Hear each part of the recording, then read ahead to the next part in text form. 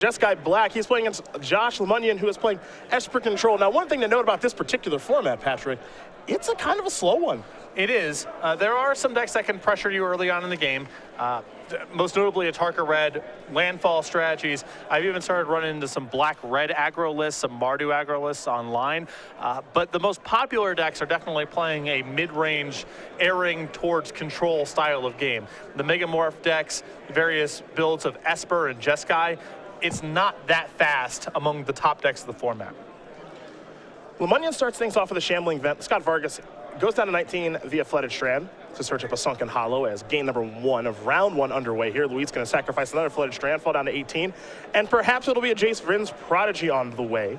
A card we are going to see a lot of today, I imagine. Yes, and I mean, this is one of the earlier checks that this format has. A turn to Jace, goes uncontested. Huge advantage for the player having it. If he gets killed, we move on with life. Luis a rule breaker here. He likes those lands in front of his creatures. Tisk, tisk. And he even does coverage. He should know better. So this is inexcusable to start the day. Testing our judging staff early on in the game. Unbelievable. The Jace is going to survive here, so we're going to head back Luis's way. He's going to activate Jace. It's time to draw and discard.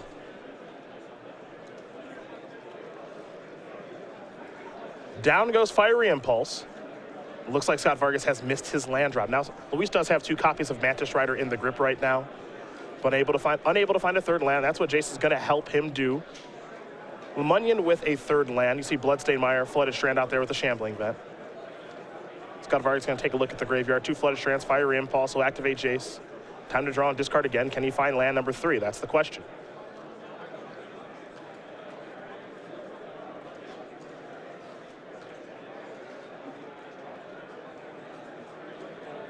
Well, he's got a real decision here on what to discard. It looks like he's found, I believe, a Plains, which is not ideal. One of the things about Jeskai Black, it does have good mana, but sometimes it does kind of falter around like this. Yeah, the mana base definitely supports 4 colors, but it's not a guarantee that you have everything on time.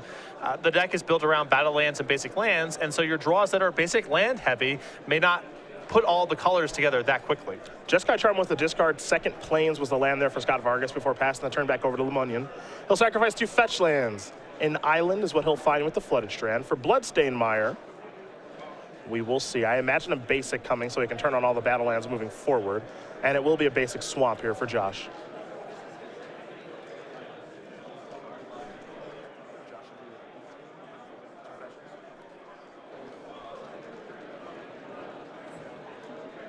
Now there is a Sunken Hollow entering the battlefield untapped thanks to the 2 basics.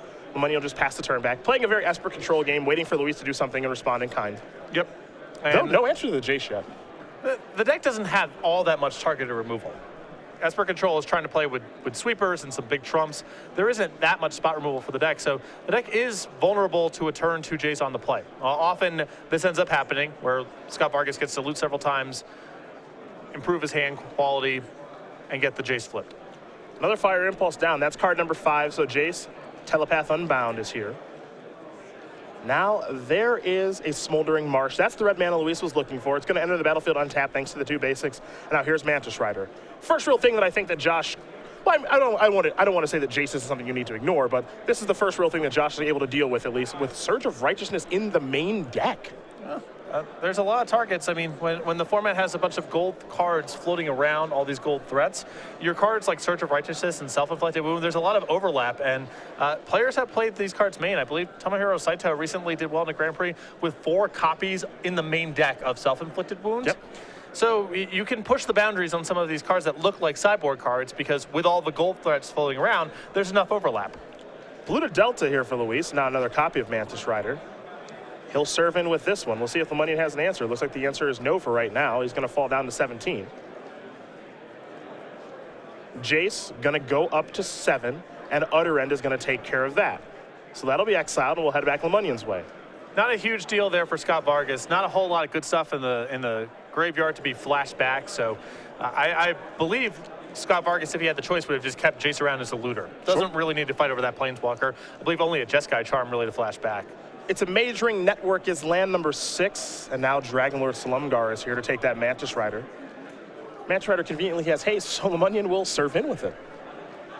Scott Vargas going to fall down to 15. We'll make it 14 with the Polluted Delta. We'll see what land Luis wants to search up. and he'll go with a basic island.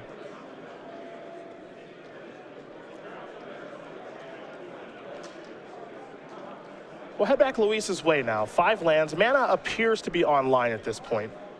Only 1 red. Not sure if he needs more than that to operate with. He's already discarded quite a few red cards in the matchup as well in Fiery Impulse and Jeskai Charm.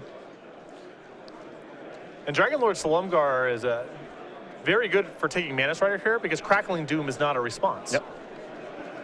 Luis playing 4 of those this weekend. The one interesting thing about Jeskai Black, the number of Crackling Dooms has really fluctuated.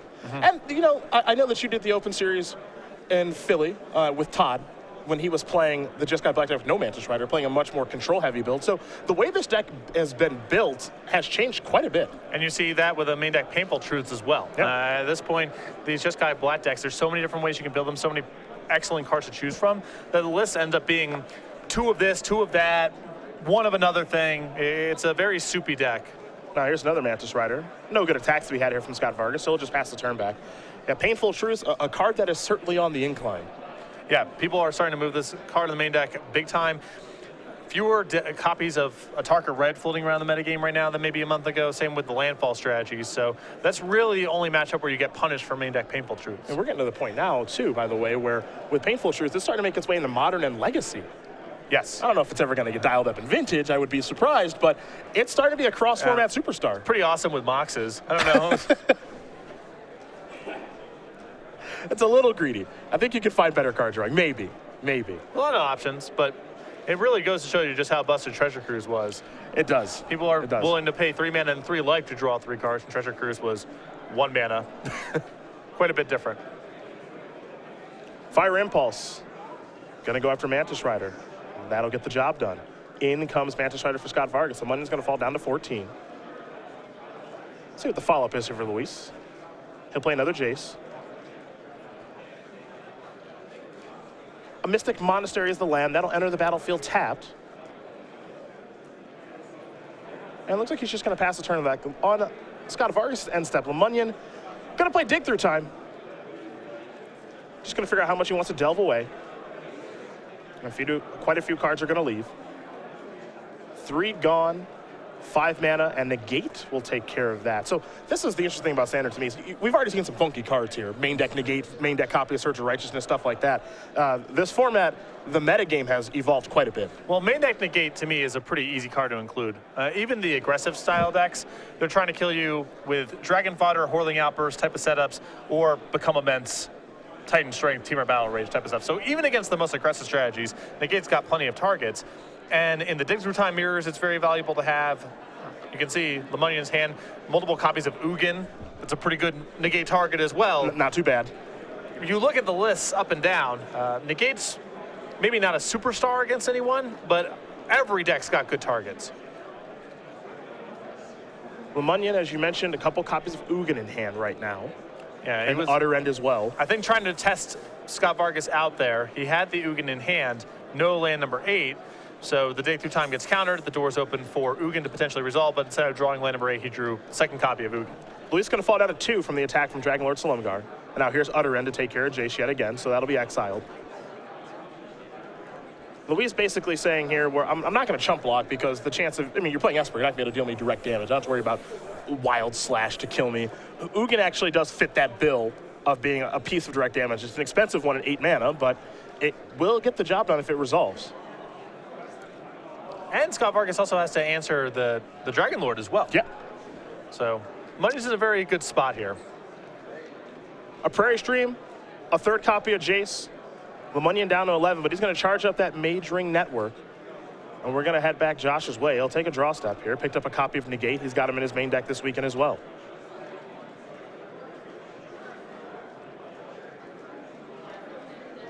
Going to start by attacking here with the Dragon Lord. Mantis Rider down. Will Lamunyon go for the Ugin here? I like going for Ugin here. I like going for it because I have a backup copy. Yeah. But he's just going to pass the turn back. And it's pretty dangerous. You're giving Scott Vargas a look at potentially several counter spells here. Yep. Jade's going to draw a discard. Floodstrand down. Telepath Unbound. Going to be entering the battlefield now. I guess Lamunyon, because he has the Dragon Lord in play, can afford to be a little bit conservative here, because Scott Vargas just has to have a perfect hand to get out from under all of this. He has to be able to answer the Dragon somehow and answer the Ugin. Jace is going to take up the 6. It's going to make Dragon Lord Slumgar into a 1-power creature. Now here's a Tasigur. Time to go delving. Luis going to definitely get rid of those fiery impulses. Those can go. Looks like Painful Truce might be able to leave Mantis Rider too. Being very selective with how he delves here.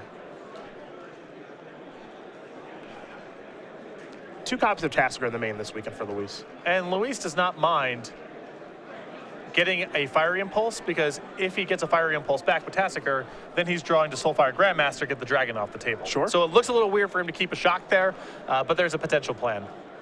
Lamunyon going to dig through time here. Take a look at the top 7, take 2 with him. Haven't got to say that in a while because it's banned in every other format that we do coverage on. But it's still sticking around standard for now. Majoring Network up to 3 counters. Lamunyon will draw a card here. At this point, I think Lamunyon has set up Ugin with Negate backup. Hard to see Scott Vargas getting out of this. I think that'll make it clear for takeoff. And here is Ugin, and that is going to get the job done. So Josh Lamunyon's going to win game number 1 here over Luis Scott Vargas. Esper Control up a game here over Jeskai Black. As we get ready to take a look at the sideboards here between these 2 players. So we will start with Luis Scott Vargas and his 3 Irrational Clerics, 2 Radiant Flames, 2 Disdainful Stroke, 2 Duress, and then a bunch of 1-ups here in Dragon Lord Slumgar, Dark Petition, Virulent Plague, Dispel, Infinite Obliteration, and a Painful Truth. So Scott Vargas has got a pretty good anti-control package here. The 2 copies of Disdainful Stroke, the 2 copies of Duress, the Dark Petition, the Dispel, and the Painful Truce are all very solid inclusions here. I think Dragon Lord Slumgar is likely to come in as well. On the other side of things here for Lamunyon, 3 Monastery Mentor, 3 Duress, 2 Dispel, 2 Irrational Clerics, 2 Surge of Righteousness to go along with the main deck copy that we saw in the previous game, a Painful Truce, a Negate, and another copy of Dragon Lord Slumgar. And I think you're going to see the 3 Duresses and the 2 Dispels come in here as well. Additional copies of Surge of Righteousness to protect himself against Mantis Rider, which is one of the more dangerous cards for him in this matchup. And I think the Negate is also reasonable along with the additional copy of Dragon Lord Slumgar.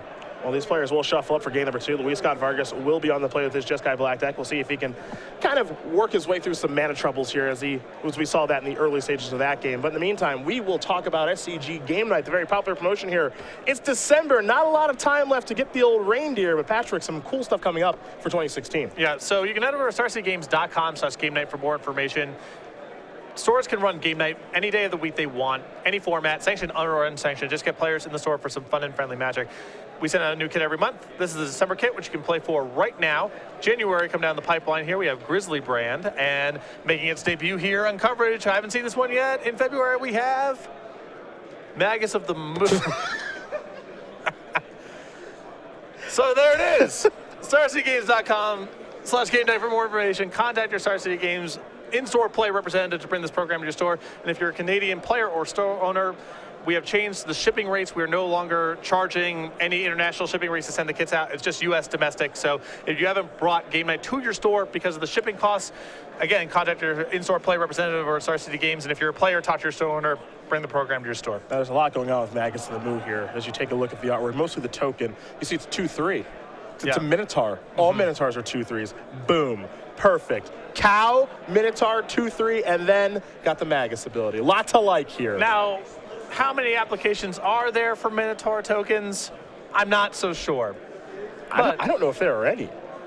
I have to imagine there are some, but... Yeah, I would be surprised if Theros had nothing that generated a Minotaur token. At the very least, Riptide Replicator, at the very least. Homelands had a Minotaur theme. Maybe there's a Minotaur token in there. Minotaur token maker. Didgeridoo was in that set. They had Minotaur is a supported tribe in Homelands.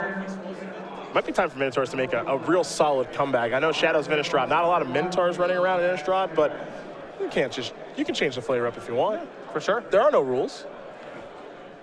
My favorite Minotaur of all time is the I think it's like Undead Abomination or something. It's just 2 Minotaurs just sewn together. It's a 4/6. Yeah, that's my favorite one. Great flavor right there. I have to go with the classic, the Hurloon.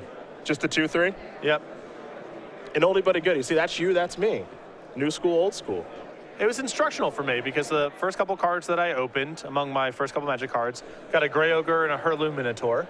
And as a kid, I was able to look at these 2 cards and say, oh, okay, so If I'm willing to pay for, more restrictive colored mana, I get a slightly better deal. Okay, that's a thing. Sure. Very simple, very subtle. There it is. There's the Undead Minotaur. Color shifted. I know there's two that just jammed together. It's Minotaur Abomination. Okay. Yeah. A limited superstar. All right, that's a bit of a stretch. I think it was just okay, but that thing is mad. There it is, the classic. Hello. The original. You know where you can get those. StarCgames.com. Yeah. The alpha ones are probably whatever, $20 now or something. If they're, but they're there. You can go. You'd be willing to sign one? Someone brought it along? Of course. I just want to make sure. I want to Be make sure. honored. My favorite early Magic artist also did that piece. Who's that? Anson Maddox. Okay. Did Anson Maddox draw Air on the Relentless? I don't believe so, no. Okay. Elvish Archers. Okay, that's a good piece. Underway here in game number 2. Prairie Stream for Luis. I'm out now, Soulfire Grandmaster. For Lamunyon, just started off with a Sunken Hollow. Apparently Christopher Rush did Air on the Relentless. Who, I believe you got your Lightning Bolt signed by Christopher Rush, if memory serves. did. Very nice. Here comes the Grandmaster. It's a Painful Truths. Will this resolve? If it does, it's going to be a nice one. 3 cards coming for Scott Vargas. Undoing the mulligan and then some. Yeah.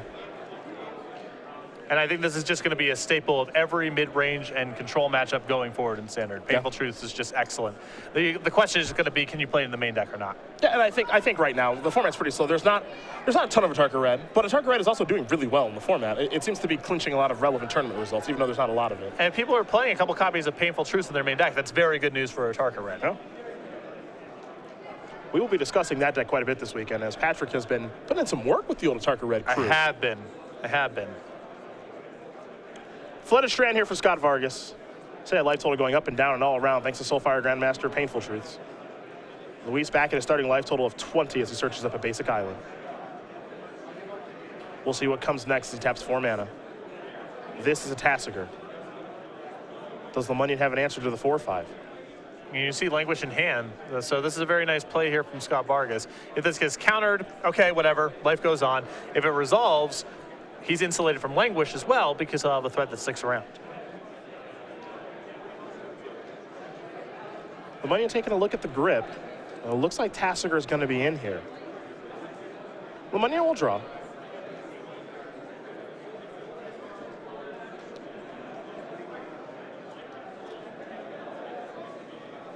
Polluted Delta's land number 4, and now here's Jace.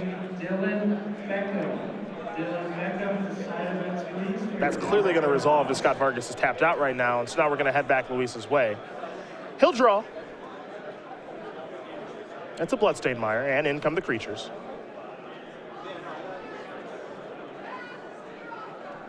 Jeskai Black, a pretty flexible deck. I think that's what a lot of players like about it. It can play an aggressive game, it can play a controlling game, and it has no problem playing a longer game. And you can see Scott Vargas at this point, no real rush to add anything to the board, can just hang back. He's got 6 points of pressure in play. Lamunyon's pretty low on life. And he can simply activate Tassiger if Lamunyon doesn't do anything that's worthy of a counter spell or some other response.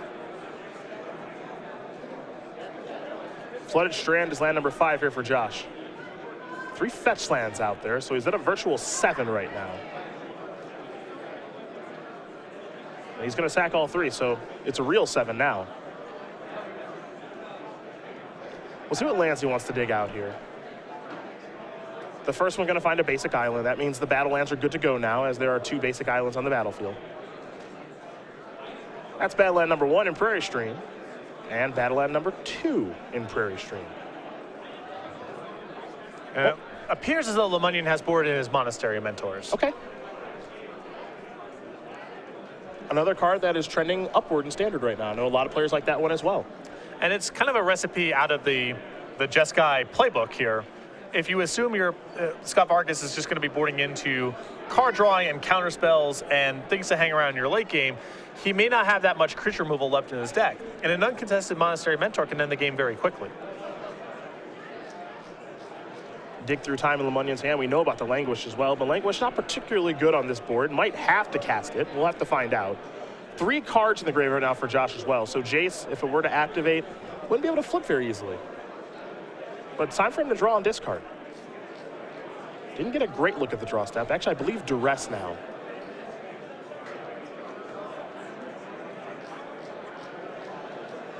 keep in mind, however, Lamunyon with only one black source of mana on the battlefield.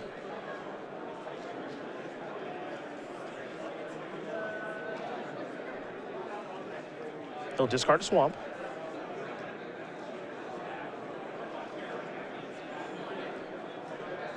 His hand also looks a little bottlenecked on black mana right now. I mean, he's only got the one black source in play. And so discarding a swamp looks a little strange. With Languish in hand as well. Yep. I don't know if he has another land. Murderous Cut.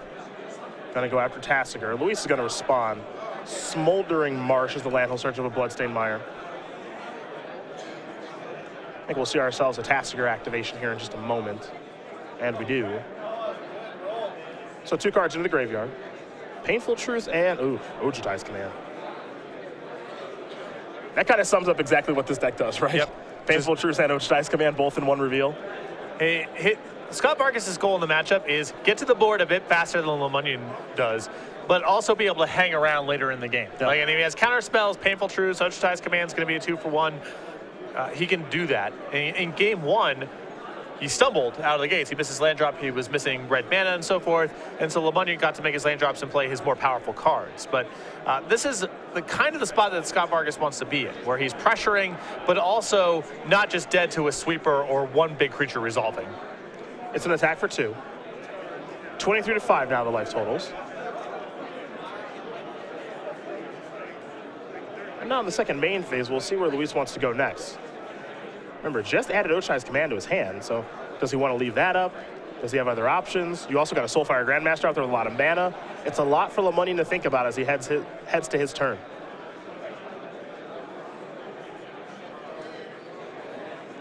Looks like he might open up on Duress. And there is the powerful discard spell. Luis will show his hand, Utter End, Painful Truth, 2 copies of Ojutai's Command, a Plains, and a Bloodstained Mire. And Luis leaving up the mana here out of respect for a dragon resolving. What this means, though, right now, the window is open for a spell to resolve. Yes. Lamunyon can't resolve a creature, obviously, because of Ojutai's Command, but any spell is good to go. So this might be a window for him to say, dig through time. Lamunyon will record the contents of Scott Vargas' hand. And now activate Jace. Draw and discard. Found a copy of Utter End, but again, black mana appears to be the bottleneck.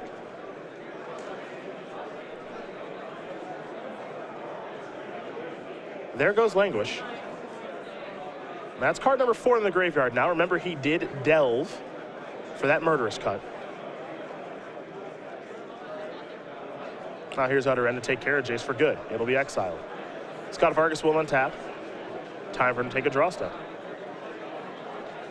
Soulfire Grandmaster into the red zone. Lamunyon gonna fall down to 3. Scott Vargas gonna go up to 25.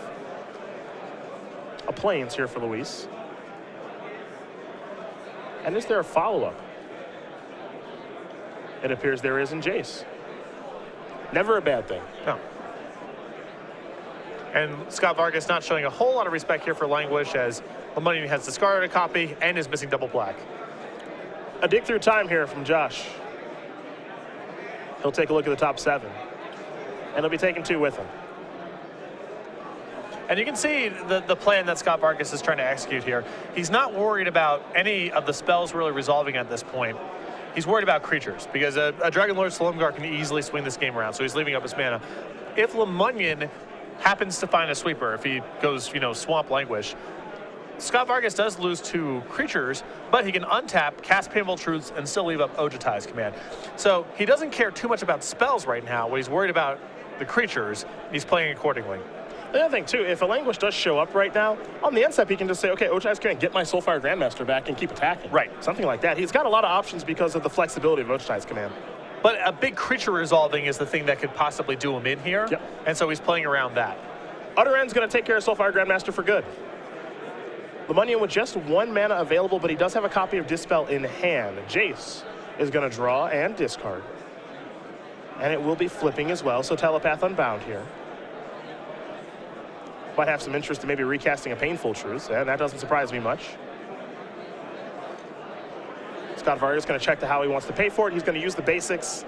It'll be for 3, so 3 cards coming.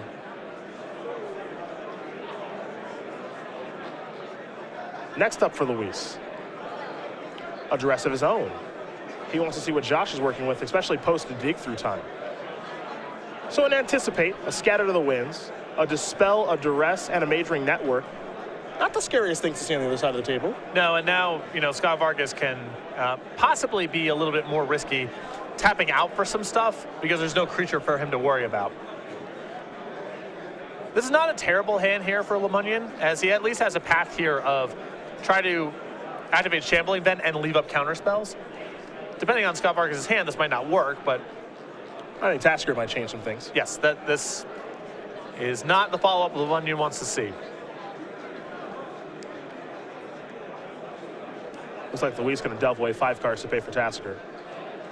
A Mountain, a Dragon Master Outcast with plenty of lands to start cranking out dragons. And now we're going to head back Lamunyon's way. He does have double black now. It took him a little while to get there. But he's in some serious trouble now.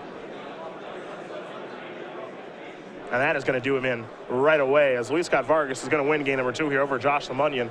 Jeskai Black, Esper Control, getting ready here for game number 3. And you can see the recipe there for Scott Vargas is just get out on the board a little bit sooner than Lamunyon does and push on him for the whole game.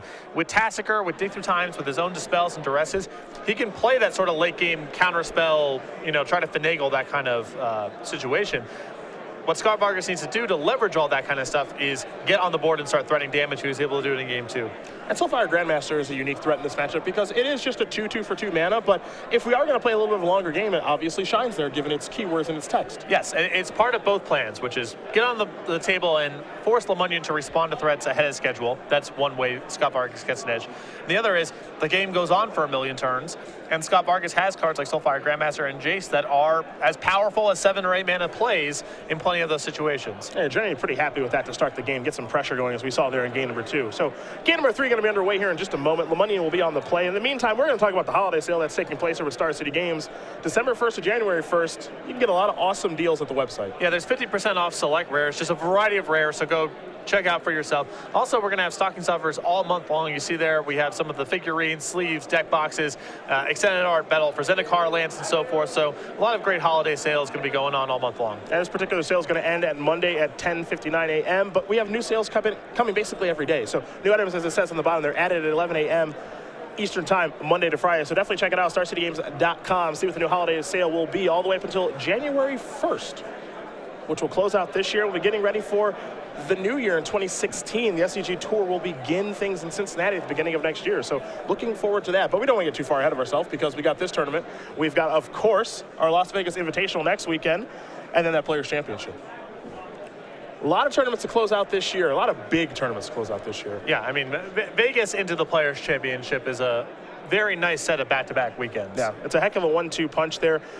Myself, Patrick, Matthias, will be bringing you the coverage of both of those big tournaments. December 11th through the 13th, that's next weekend in Las Vegas. We'll be crowning everything, basically. Season 4 Invitational Champion, Season 4 Points Champion, and of course, punching those 7 at-large bids to the Players Championship, and then the actual Players Championship, December 19th and the 20th at the Players Championship at the Star City Games Center in Roanoke, Virginia. We got a quick turnaround, too. Yeah. I mean, I get back from this show Monday afternoon, Okay. drive out to Vegas Wednesday afternoon, drive back from Vegas, let's call it Sunday evening, Monday early in the morning. Yep. Wednesday or Thursday, fly out for the Players Championship. And then we're calling that bad boy. It's a lot. It's a lot, but I'm excited. And then, of course, as you see the 7 players that are currently qualified here in Jacob Wilson, Jim Davis, Alex Bostecki, Danny Jessup, Ali Antrazi, Kevin Jones, and of course, defending champion Brad Nelson. But after the Players Championship is over, you get to put the feet up for a couple weeks. Yeah, for a little bit. Yeah. I got a solid week to myself. Yeah, Christmas, New Year's, dial up the old Magic Online. Yes. We both know. Let me fire up some Tarka Red, maybe a little Cube over the weekend. I imagine Holiday Cube will be back on Magic Online. I dabble with the cubes. It's not a big driver for me. Sometimes I'm just in the mood for Holiday Cube. Yeah, I've had my moments, and it's also an opportunity for me to play some stuff that I don't often do. I love a tooth and nail in cube. Ugh, you're the enemy. Yeah, I love the green cards. You're the bad guy. In cube, everyone's the bad guy. Okay, that's completely You're either fair. Fire Blast Red or a million counter spells or some land destruction deck. No one has a reasonable deck. If your deck is fun to play against, your deck is horrible. Yeah, for some sort of green-red hunt match for the Fells deck. Here's my Tarmogoyf. I've got Thrag Tusk. Yeah. All right, you can't beat anyone ever. Enjoy playing your one round. A Jace here on turn 2 for Scott Vargas. For Lamunyon, just a couple of lands to start. Polluted Delta, Prairie Stream, now an island. He'll pass the turn back. It doesn't look like Josh's deck, given that we saw game 1 and now this game thus far, doesn't have a lot of early answers to Jace. It's tough. You know, there's so many removal spells in this deck that cover it sometimes but don't cover it other times, or it's a little slow to bring to bear. Like, how many ultimate prices are you supposed to leave in your deck? If Luis is all on Manus Riders and late game control cards, it's not very good. But if Scott Vargas has a Jace here and you can't answer it, that's bad news as well. It's hard for Lamunyon to play as mana efficiently as Scott Vargas does, and there's all these threats that Scott Vargas has that if Lamunyon doesn't have an immediate answer to it, run away with the game, and he doesn't have that many answers to all the different threats. Yeah, what I also find interesting too is a card like Silk Wrap is not as popular as it once was, a month or two ago. Well, this deck is basically I guess it's a flat 3 colors. He does have 2 main deck copies of Planar Outburst, but these Esper decks to me almost feel like they're just base blue-black. Okay. That's the mana you're trying to get earlier on in the game. Scott Vargas going to sacrifice Polluted Delta here. But no copies of Silk Wrap in the 75. And that is problematic here, as that's a card that answers everything and has the additional benefit of exiling, so you don't have to worry about Ojutai's command. Yep.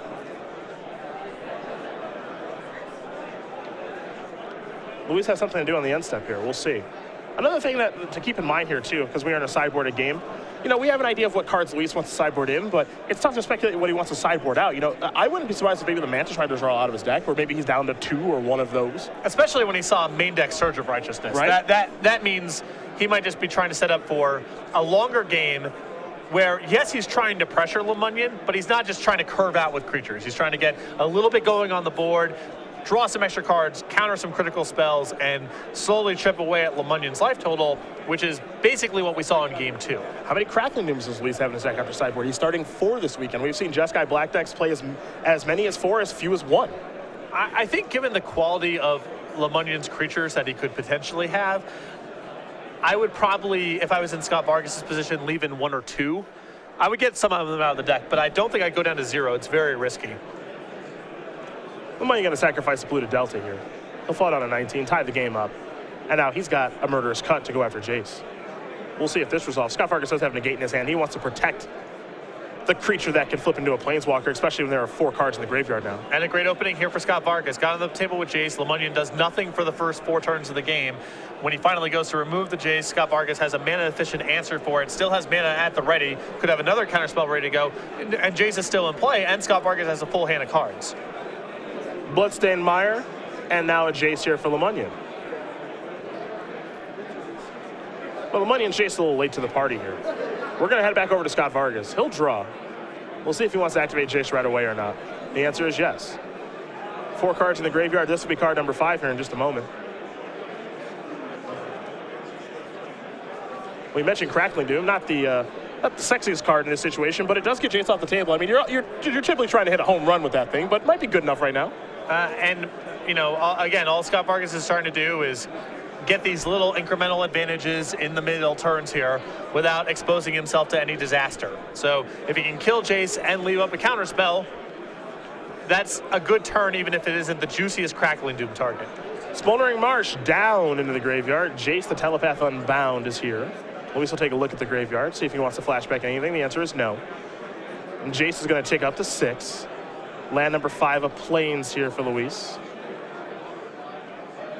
And he'll just pass the turn back. No interest in casting Crackling Doom just yet. Lamunyon will take a draw step.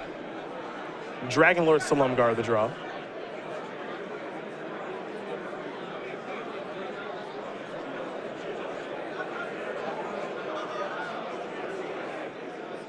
It's a Jace activation. Negate is the draw here for Lamunyon. He does need to discard a card. It'll be a second card in the graveyard to go along with that Murderous Cut. Down goes Windswept Heath. There is Polluted Delta. And pass that turn back. Crackling Doom here for Luis. If Scott Vargas Crackling Doomed now instead of right away, to me it implies that he probably does not have another counterspell in his hand. Okay. He was leaving that in his hand to protect himself against a dragon. When none showed to the party, might as well just Crackling Doom, get the Jace off the table. But there's a little bit of information to be gained there. Dragon Master Outcast. Does he have land number 6? Well, he's going to take a look at the graveyard here. Jace's going to go up to 7.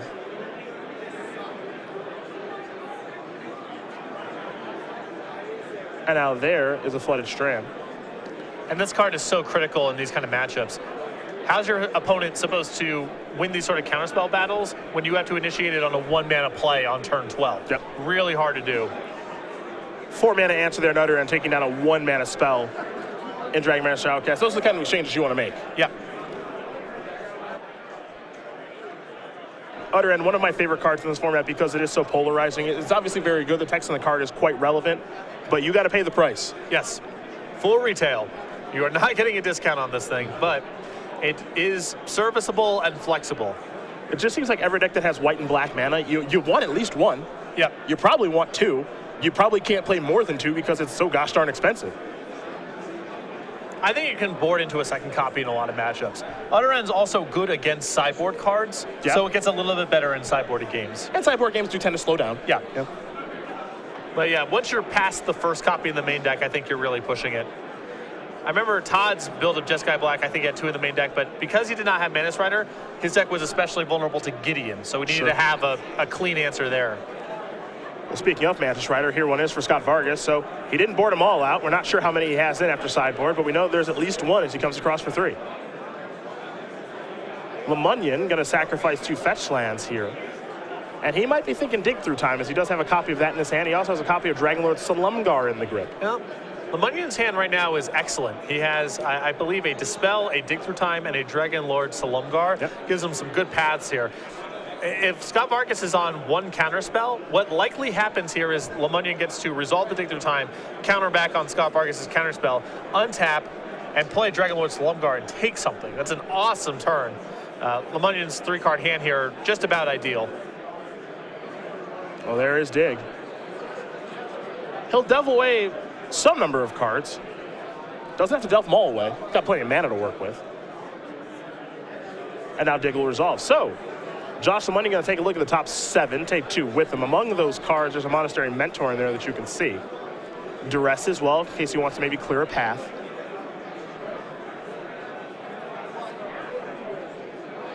The unique thing about this particular standard format is you see the deck names here, Jeskai Black, Esper Control, but you can build these 2 decks a bunch of different ways. Yeah, the number of 2-ofs in the spells in Lamunyon's main deck. Utter End, Anticipate, Planar Outburst, Negate, Ultimate Price, Ukin, Dispel, Clash of Wills, Languish, Murderous Cut, Horribly Arise, Scatter the Wind, Slumgar's Command. Just all over the place. Jeez. There's just a lot of different threat cards you have to answer. And you hope they all line up right. Right. Scatter to the Wind's the draw for the turn. There's the Flooded Strand. And now here's Dragonlord Salumgar. And this one, much like in the last game that we saw, lines up so well against Crackling Doom. Yes, I mean, this is perfect here because Lamunyon gets to negate back. Curious to see what he's going to take. He can take the Mantis Rider here and start threatening the Jace. And it's not like Scott Vargas can easily flash back the Crackling Doom because Lamunyon can simply sacrifice the Mantis Rider. But there's something hollow there for Lamunyon. That'll help him cast the negate.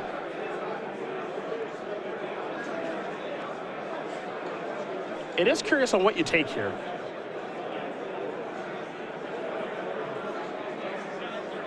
Well, Jace is definitely a shoot the moon play because you can plus it if Scott Vargas can't do anything. You can even make an emblem the next turn. Yep. Hello. All right, he's going to take Jace, plus it up, knocked out Mantis Rider. He's going for broke. Yeah, if Scott Vargas can answer the Mantis Rider, the Dragonlord with Crackling Doom, that's where Lamunyon gets punished for this line. Ochtai's Command. This might just be gain life, draw a card, hope to hit. You see the mana's out there for Luis to be able to catch Crackling Doom, but he does not find it, and now we're going to go back Lamunyon's way. He'll draw a copy of Dispel, which is very nice for the turn. Gonna cash it in. He's getting an emblem. Now here's duress. Mill you a couple. Luis's hand, disdainful stroke and a land, and he's gonna get milled 5 cards. Disdainful stroke down. And I think it's going to be hard pressed for Scott Vargas to come back from this. It'll be tough. Mystic Monastery pass the turn back over to Lamunyon. Lamunyon will draw. He'll just pass the turn back over to Scott Vargas. We know Scott Vargas' card. It's a Flooded Strand. Pass again. Dig through time here for Josh Lamunyon. That's going to mill Scott Vargas 5 cards. What an interesting change of events here. Wasn't sure exactly what card Lamunyon wanted to take with Dragonlord Slumguard. Decided to shoot the moon, take the Jace, hope for the best, and it's clearly worked out. Yeah, and you know, you would figure Scott Vargas has only got so many Crackling Dooms in his deck. He's already cast 1. Yep. And Lamunyon still had leftovers in his hand in the event that that plan failed. So went for the greedy play, but had a backup plan in case it didn't work out. A Jace and a mill. 5 cards down there for Scott Vargas yet again. It's going to take a heck of a couple of draws here for Luis to be able to get back to this one, in this one. It's not impossible, it's just really hard.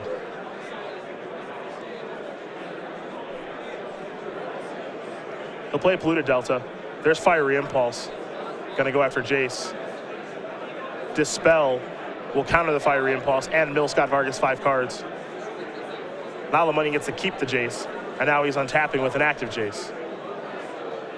Anticipate will mill Luis 5 cards. Lamunyon will take a look at the top couple of cards, take one of those with him. He selects Negate. A very nice selection here. Now Jace. Draw and discard. I think his hand might just be 4 counter spells. Yeah, if my opponent's discarding Negate there, I'm done. That's it. I cannot win. Luis knows that, and he's going to concede the game. Josh Lamunyon going to win this match over Luis Scott Vargas, 2-1. Esper Control going to take down Jeskai Black for Josh Lamunyon. A very difficult pairing for obvious reasons in round number 1 against the Hall of Famer, but able to get the job done. And in this matchup, I feel like Jeskai has to get on the table early and then fend off the late game from the Esper deck. And Luis was only able to do that really in game 2. In game 1, he stumbled, couldn't really get out of the gates, and Lamunyon just got to make his land drops and play bigger and better stuff. And in game 3, Luis, I assume he drew quite a few lands there, didn't have a lot in the ways of counter spells, and just didn't have enough fight in it when Lamunyon started going for some big plays. Now, what's interesting here with this Esper Control deck is, you know, we've seen a couple different builds of Esper Control. Mostly, Esper